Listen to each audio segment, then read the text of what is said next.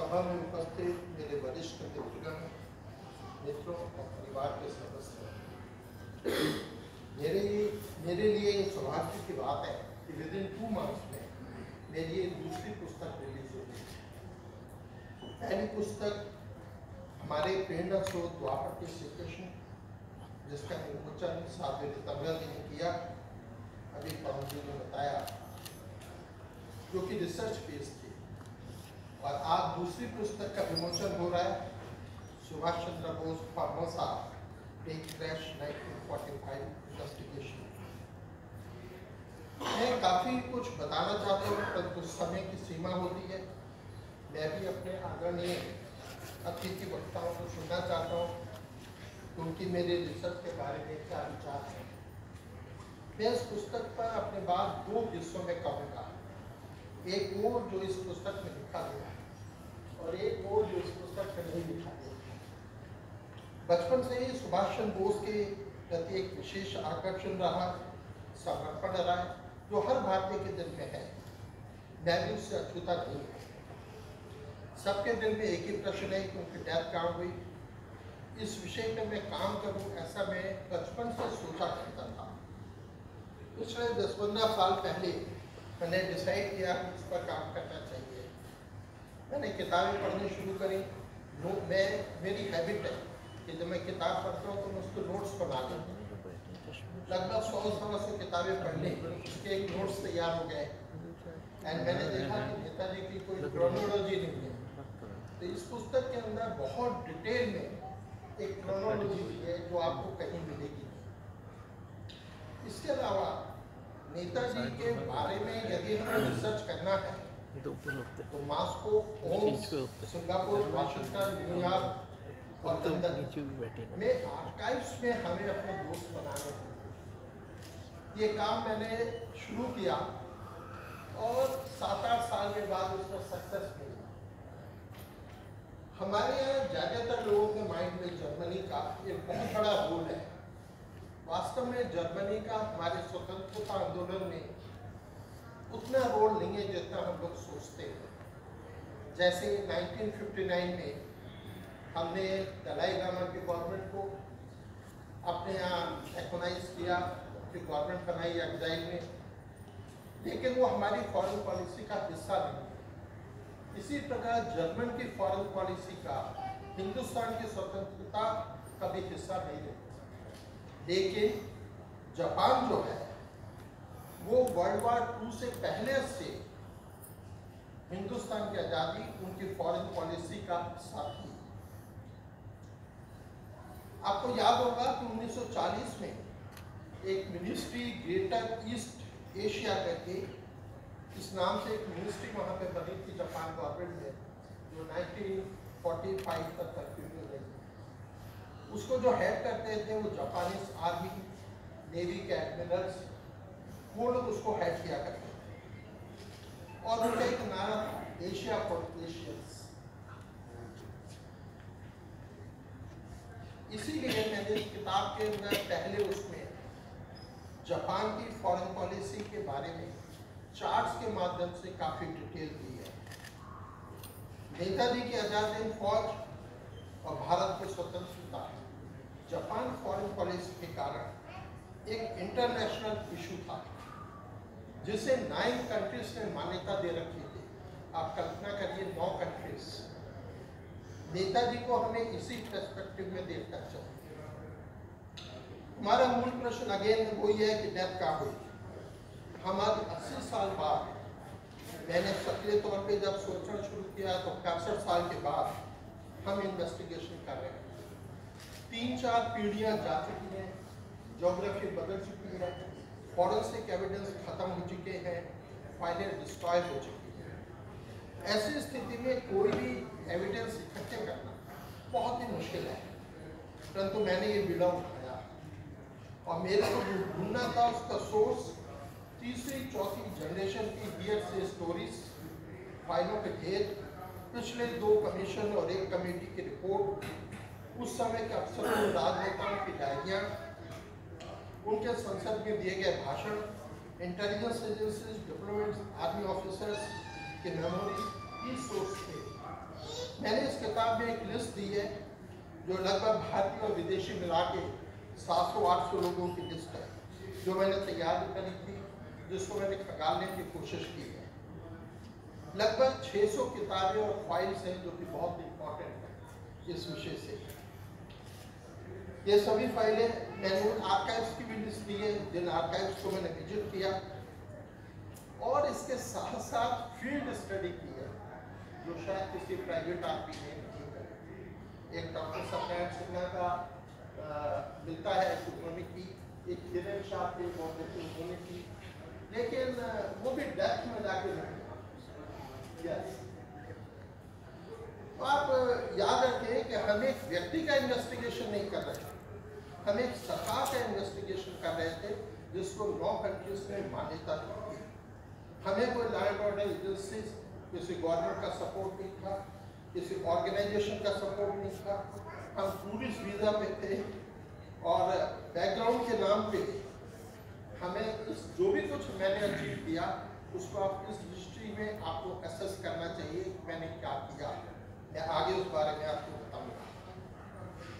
किसी भी केस का इन्वेस्टिगेशन करते हुए हमें ये नहीं सोचना चाहिए कि हमारा सोच क्या है। मैंने ऐसा ही कोशिश करी है कि अपने सोच को इन्वेस्टिगेशन से दूर रखो और इंडिपेंडेंट इन्वेस्टिगेशन हो सके। जब नेताजी ने आईएनए को डिसॉल्व करने के लिए ऑर्डर पास किया था, उस समय की मीटिंग्स के रिकॉर्ड आर्काइव्स में मौजूद है, जिसमें क्लियर कट है कि वो रशिया जा रहे थे। उन्हें जापान गवर्नमेंट ने ऐसा ना करने की सलाह दी थी, परंतु जापानी फील्ड मार्शल हिसेइची टेराउची ने अपने हेडक्वार्टर का ऑर्डर ना मांगते हुए उन्हें एक हवाई जहाज दिया था। वे अपने लास्ट डेस्टिनेशन पर जब जाने के लिए उड़े तो वो जहाज क्रैश हो गया, ऐसा लोग बोलते हैं, और वो आज ही का दिन था, आज ही की तारीख थी। डेस्टिनेशन क्या था इस बारे में भी क्लियर नहीं है। कुछ लोग कहते हैं वो टोक्यो जा रहे थे, कुछ लोग कहते हैं वो दिल्ली जा रहे थे। लेकिन ताइवान गवर्नमेंट का कहना है कोई एयरप्लेन क्रैश हुआ ही नहीं। ताइवान गवर्नमेंट के अनुसार 14 अगस्त से 20 सितंबर 1945 तक कोई जहाज क्रैश नहीं हुआ। ये डिक्लेरेशन उन्होंने जस्टिस जीडी खोसला को दिया और मुखर्जी कमीशन को दिया। आश्चर्य की बात है, ना तो प्लेन क्रैश, ना ही नेताजी इंजर्ड है, ना ही शव यात्रा का, ना ही किसी दाह संस्कार का कोई फोटो अवेलेबल है। बल्कि पहले ये न्यूज आई थी कि वो उनकी बॉडी को टोक्यो लेके जा रहे हैं। बाद में बताया गया कि ताबूत बड़ा है, प्लेन में नहीं आ सकता, इसलिए उनका दाह संस्कार ताइवान में ही कर दिया गया। और जो उन्होंने सर्टिफिकेट इशू किया उसमें उनका नाम इचिरो ओकुरा लिखा था। पहले भी एक कमेटी और 2 कमीशन बन चुके हैं। मैं कमेटी को डिपार्टमेंटल इंक्वायरी के बराबर मानता हूँ और जीडी खोसला के बारे में कुछ नहीं कहना चाहता, क्योंकि कलकत्ता हाईकोर्ट इसका पोस्टमार्टम कर चुका है, इसीलिए मुखर्जी कमीशन बना। 17 अगस्त 1945 को सैगोन में नारायण दास, जो कि उनके लोकल चीफ थे, उनके घर पे एक रात को मीटिंग हुई थी जिसमें जापानी ऑफिसर्स थे। वो मीटिंग काफी देर तक चली, उसमें कोई इंडियन मौजूद नहीं। जो रिकॉर्ड्स हैं आर्काइव्स के या दूसरी फाइलों में या इंटेलिजेंस के जो रिकॉर्ड्स हैं उसमें ये अवेलेबल है कि मीटिंग हुई, बट उस मीटिंग में क्या डिसीजन हुआ इस बारे में कोई शब्द नहीं कहा गया।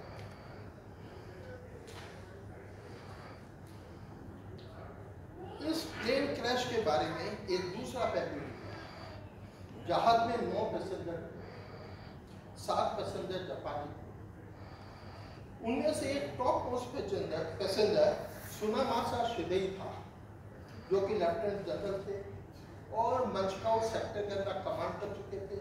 कहते हैं अच्छी रशियन बोलते थे, रशियन से उनकी अच्छी दोस्ती। वो सुभाष जी को लेके डेरिंग जा रहे थे। आपको आश्चर्य होगा कि डेरिंग पे 8 अगस्त को 1945 को रशियंस ने अटैक किया था और 24 अगस्त को पूरा कंट्रोल कर लिया था। तो ऐसी स्थिति में कोई भी आर्मी हेडक्वार्टर, कोई भी गवर्नमेंट लेफ्टिनेंट जनरल शिदेई को कैसे परमिशन दे दी जाने की, गॉड नोस ओनली। लेकिन चीन के 2 ऑफिशियल वार हिस्टोरियन, उनमें से एक का नाम झांग जिशे और एक का नाम जू चुंडे है, ने 2009 में एक किताब लिखी और उसमें एक फोटो भी दिया था जिसमें प्लेन जो है वो सी में गिर रहा है। इसको छापने वाला PLA था।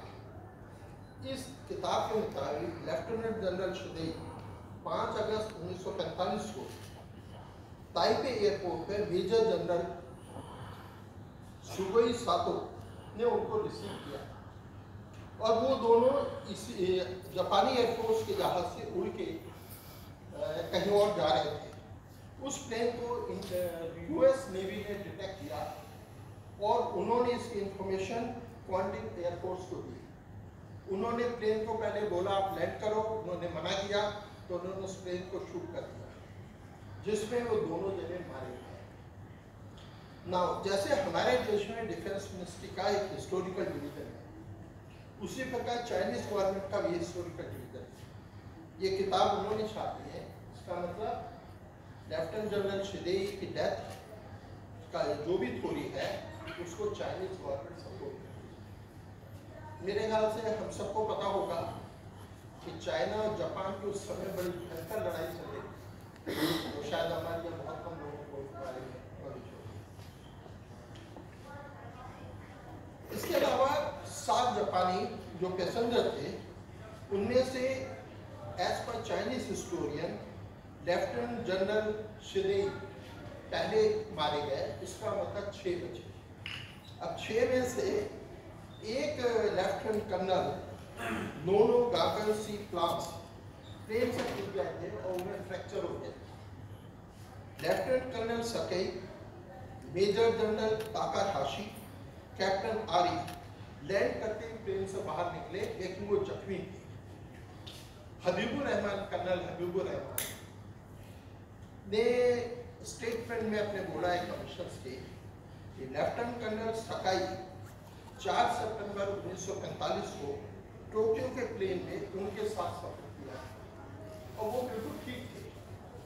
मैं शुरू से सोचता था कि जब प्लेन क्रैश नहीं हुआ तो जापानी ऑफिसर्स कहाँ गए, इसलिए मैंने अपना इन्वेस्टिगेशन का फोकस जापान की बनाया और काफ़ी हद तक मैं सफल हुआ।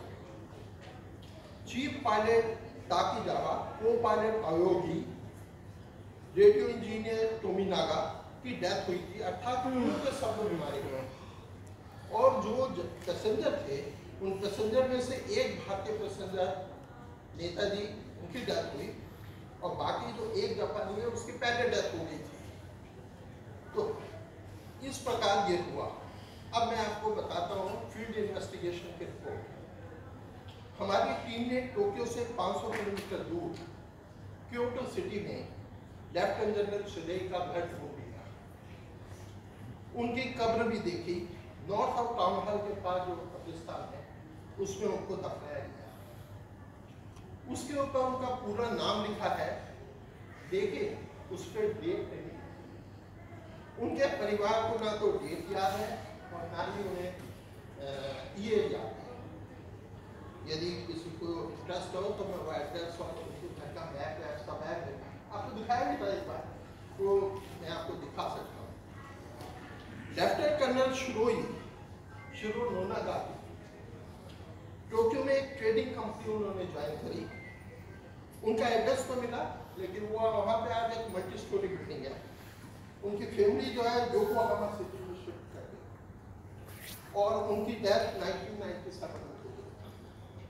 कैप्टन अरेई करची ने एक सोसाइटी बनाई वहाँ पे, society of the polymer science organisation Tokyo.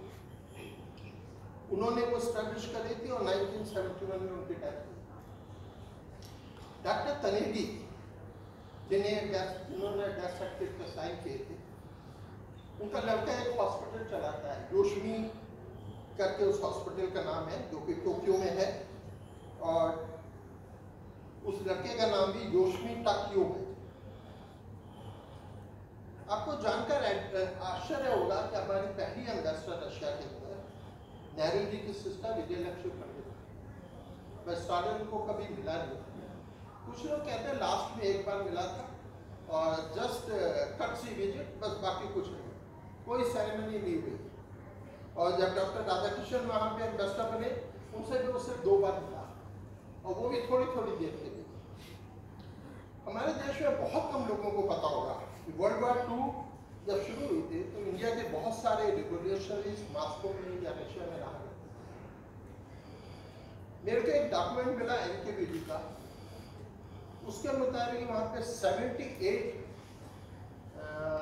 Hindu, वो हिंदुस्तानियों को हिंदू बोलते थे, वो वहाँ पे थे। उनके नाम नहीं बोलते, हर कंट्री का उसमें डिस्क्रिप्शन है। जिन इंडियन रिवोल्यूशन को गोली मारी गई उनमें एक अबानी मुखर्जी थे। अबानी मुखर्जी एक लड़का था गोरा मुखर्जी। गोरा मुखर्जी जो है वो रशियन आर्मी में था। कुछ लोग कहते हैं बुडापेस्ट ऑपरेशन में मारा गया, कुछ लोग कहते हैं लेनिनग्राड ऑपरेशन में मारा गया। बट उसको और डॉक्टर सत्यनारायण सिन्हा जो हमारे पहले मेंबर ऑफ पार्लियामेंट थे, कांग्रेस के बहुत सीनियर लीडर थे, उनकी उससे दोस्ती थी। उन्होंने बताया कि मेरे फादर जो जेल में थे, याकुत्स जेल, उसमें मेरे फादर का नंबर था 57 और सुभाष जी का नंबर था शहर का 45। ये जभी से बात पूरे दुनिया में घूम रही है कि सुभाष चंद्र बोस के जेल में थे और उनके शहर का नंबर था। हमने अबानी मुखर्जी के फैमिली को ढूंढा, आज उनकी 4थी पीढ़ी है, उनको कुछ याद नहीं है, और मास्को से कुछ 100 किलोमीटर दूर उनका होता रहता है, आउटर मास्को में। पुराने एड्रेसेस में हमारे पास, उनमें से एक एड्रेसेस ये मल्टी स्टोरी ये है। अब मैं आपको एक और चीज दिखाना चाहूँगा। मैं रशियन स्टेट आर्काइव्स में सोशो पॉलिटिकल हिस्ट्री में एक फाइल मेरे को मिली, जिसमें 2 जून 1966 का एक इनलाइन लेटर है। जो लेटर हमारे इंडिया के एक लीडर ने लिखा था और उनकी अब डेथ हो गई है, मैं उनको मिला था। वो कहते थे मैं कोसिगिन के साथ रहा हूँ। उन्होंने कोसिगिन को रिक्वेस्ट करी कि आप सुभाष चंद्र बोस को और हमें बताओ उसको रिलीज कर।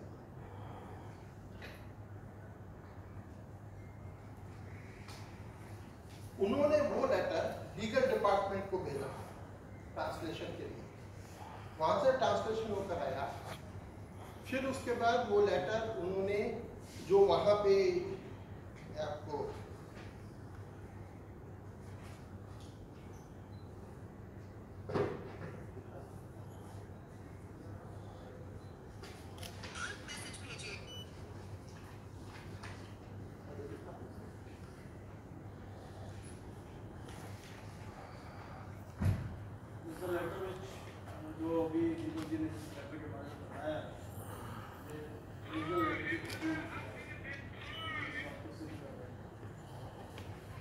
इसमें एक इम्पोर्टेंट बात है। मैं आपको लेटर 3 लेटर है, 2 लेटर है जो मैं आपको पढ़ के सुनाता हूँ। बहुत छोटे छोटे से नोटिंग है उनके कोसिगिन के ऑफिस की। A.S. Sharma, India requests the release from the prisoner of Subhash Chandra Bose, who is allegedly being held in prison in Japan. ये department of legal transaction of the ministry of foreign affairs USSR, ये letter है 4 जुलाई 1996। अब उन्होंने 13 जुलाई को एक order दिया। उस order में है the president of the upper council USSR, legal department Moscow, Kremlin, to the first Deputy General Director, the Prosecutor of the USSR, Comrade Malay Korbo, MP, Moscow. MP वहाँ पे उनका खुद बोल होगा, M full stop P full stop है। As agent, we are sending the application for review by A.S. Sharma, who lives in India, regarding the release of Subhash Chandra Bose from prison. Appendix on 2 sheets. Deputy Head of the Department, P. Volko, and order number 2373 USSR 191565। अब इसके अंदर hand written एक note दिया है। इस note के अंदर city सारांश को उन्होंने मार्क किया है। ये मेरे लिए बहुत सरप्राइज बात है कि सिटी सारांश को उन्होंने मार्क किया। वहाँ पे क्या, वो तो साइबेरिया का पार्ट नहीं है, वो तो वोल्टा रीजन का पार्ट है। तो मैंने इस बारे में काफ़ी रिसर्च किया और लास्ट में मेरे को एक रिसर्च पेपर मिला जो सारांश के बारे में कि वहाँ पे एंटीबीडी की एक्टिविटीज क्या थी और उसको उन्होंने कैसे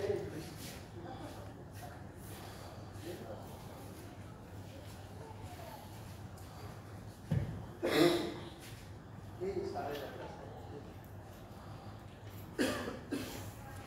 मैंने जो डाटा है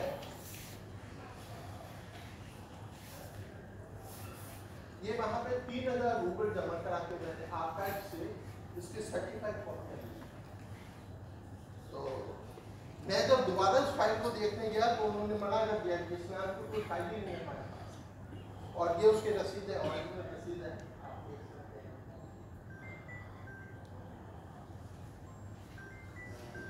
वहाँ के परमिशन का बड़ा अजीब सिस्टम है, पासपोर्ट रखवा लेते हैं, फोटो खींचते हैं आपकी।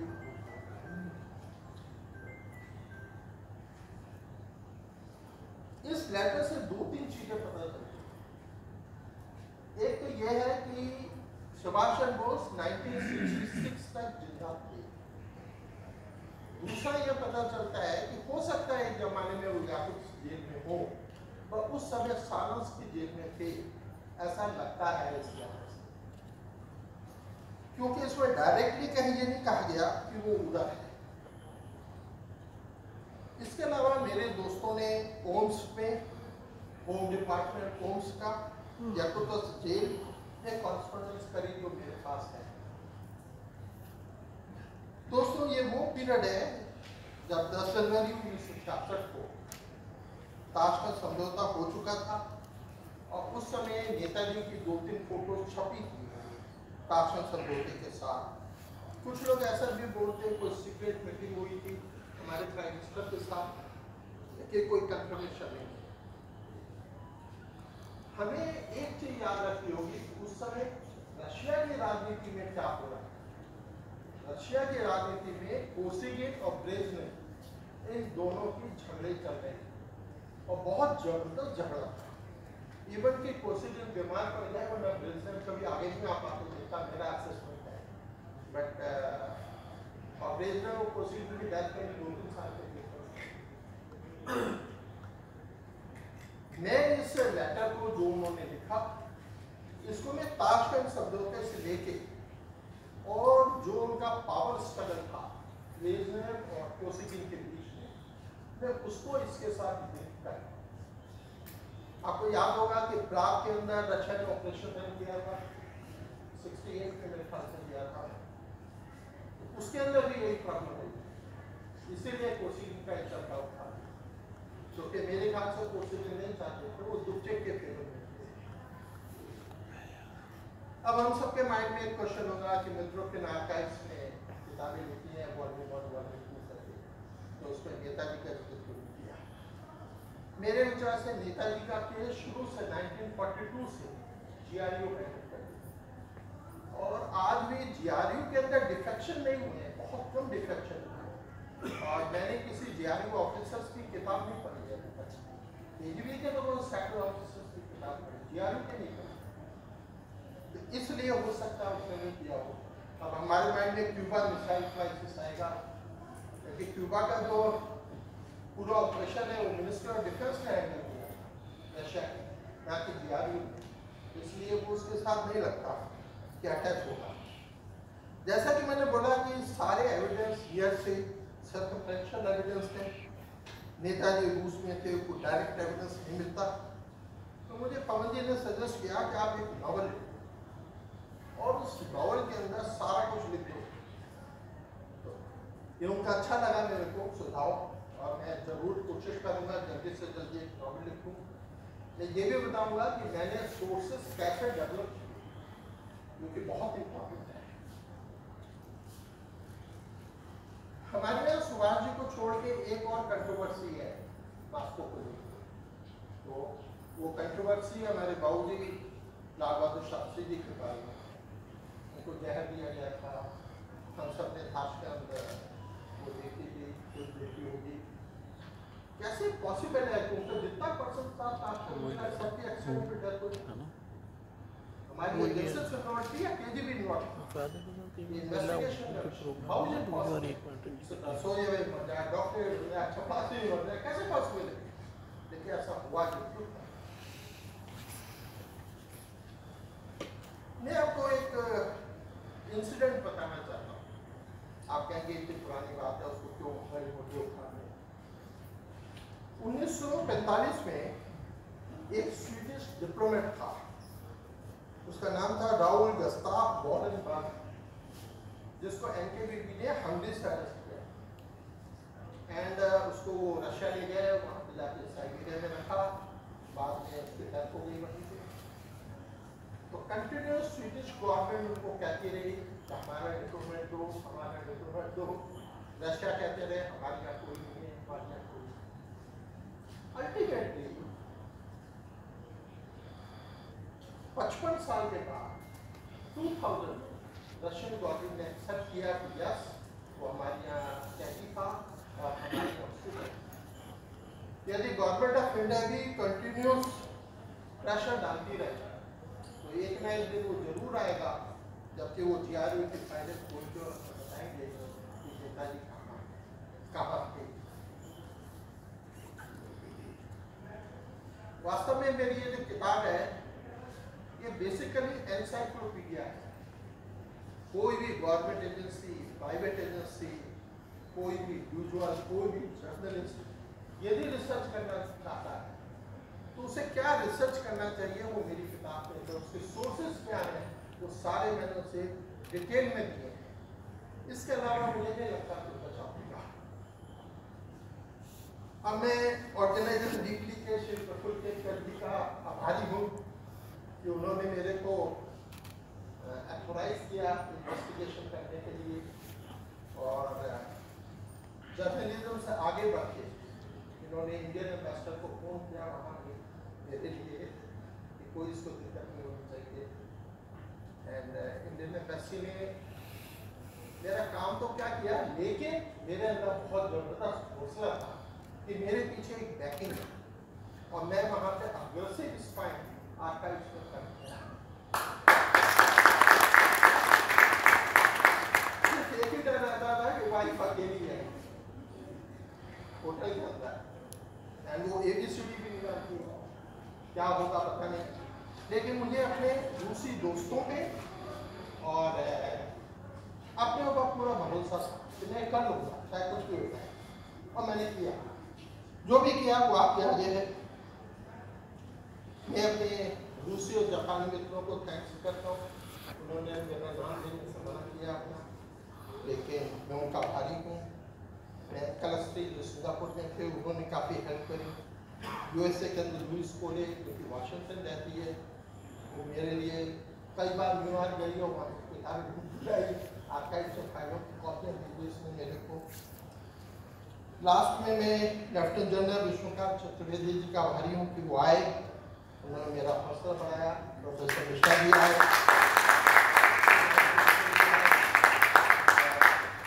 मानवेंद्र सिंह जी आए, उन्होंने मेरा हौसला बढ़ाया।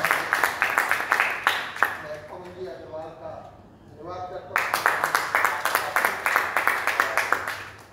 मुझे लगता है आगे भी मेरा सहयोग करते रहेंगे। Thank you.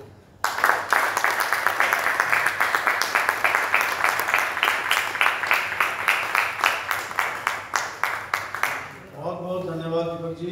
आपने बहुत कम शब्दों में और बहुत सारी बातें ऐसी बताई हैं जो निश्चित रूप से आज के प्रेस मीडिया को और सरकार में बैठे लोगों को ध्यान देनी चाहिए, क्योंकि सुभाष जी की जो मृत्यु है उसके बारे में बहुत ज़्यादा कंट्रोवर्सीज हैं और मुझे लगता है कि जो हमारी वर्तमान की सरकार है वो निश्चित रूप से इस पर कुछ ना कुछ सोच रही होगी, क्योंकि अभी हाल में हमने देखा है कि नेताजी सुभाष जी की मूर्ति इंडिया गेट पर लगाई गई।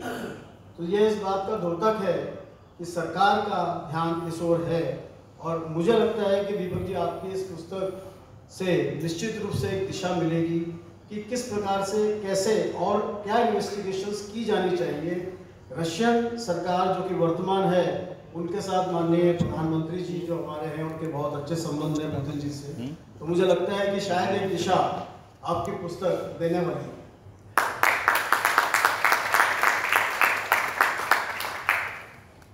दोस्तों, मीडिया का एक बहुत बड़ा रोल आज समाज को दिशा देने का है, और एक ऐसा समाचार पत्र भारत में कई दशकों से कार्य कर रहा है, जिसका कितना भी हम बखूबी बयान करें वो कम होगा। भारतीय शिक्षा, साहित्य, संस्कृति, इसका जितना प्रचार प्रसार अपने साप्ताहिक पत्र में किया जाता है, उसका नाम है ऑर्गेनाइजर। मैं आमंत्रित करना चाहूँगा श्री प्रफुल्ल केतकर जी को, कृपया कर आकर अपने भाषण से हम लोग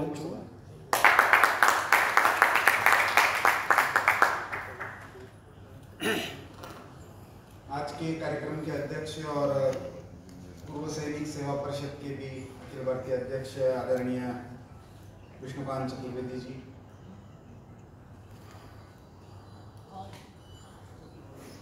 संपादक होना, राजनीतिज्ञ होना और उसके साथ साथ एक दिलदार मित्र होना, ऐसा कोई सीखना है तो मानवेंद्र जी से सीखना। जिस चीज में हाथ डालते उसके ऊंचे शिखर पर लेकर जाना, उसकी कला किसी से सीखनी तो सुधांशु जी से सीखनी। और नेताजी का पागलपन क्या रहा होगा, ये मैंने बहुत पास से यदि किसी के बारे में देखा है तो दीपक जी के साथ देखा। और मैं अच्छे अर्थ में पागलपन कह रहा हूं, क्योंकि भारत का स्वाधीनता आंदोलन पागल लोगों का ही आंदोलन था। आराम से जिन्होंने अपनी जिंदगी काटकर उस पर अपनी पीढ़ियों के लिए राजनीति का मार्ग प्रशस्त किया, उनका वो आंदोलन नहीं था। मुझे आज भी स्मरण है 2016 का, शायद मैं दीपावली के अंक की तैयारी कर रहा था। उस समय दीपक जी पहली बार मेरे पास आए और उनका उस समय आग्रह था कि मैं ये 30 जनवरी तक कर दूंगा। 30 जनवरी को नेताजी सुभाष चंद्र बोस की जयंती होती, बहुत सारे पेपर्स लेकर आया और उनकी पहली रिएक्शन ये थी, और उस समय मतलब ये आज से 7-8 वर्ष पहले की बात है, और वो कह रहे थे, मैं तो सोच रहा था ऑर्गेनाइजर का संपादक मतलब कोई बहुत बुजुर्ग टाइप का कोई व्यक्ति होगा, आपको देखकर तो मेरा बड़ा अपेक्षा भंग शायद उनका हुआ होगा पहले। और ये स्वाभाविक भी है कि उस समय जिन फाइलों को वो लेकर आए थे और जो कहानी वो बता रहे थे, जिस जुनून के साथ बता रहे थे, जो लेटर्स वो लेकर आए थे, और उनको बहुत सारा डॉक्यूमेंट ऐसा था जो रशियन से इंग्लिश में ट्रांसलेट करवाना था उस समय। तो मेरे सामने उस समय तुरंत तो किसी से बात करना यह भी संभव नहीं था, लेकिन फिर भी उनके साथ खड़ा रहना था। और उस समय शायद मेरा धीरज यदि किसी ने बंधाया तो वो शायद मलकानी जी की लीगेसी थी, जिसके कारण मैं ये कर पाया। तब मुझे याद आया कि क्या मलकानी जी ने उस समय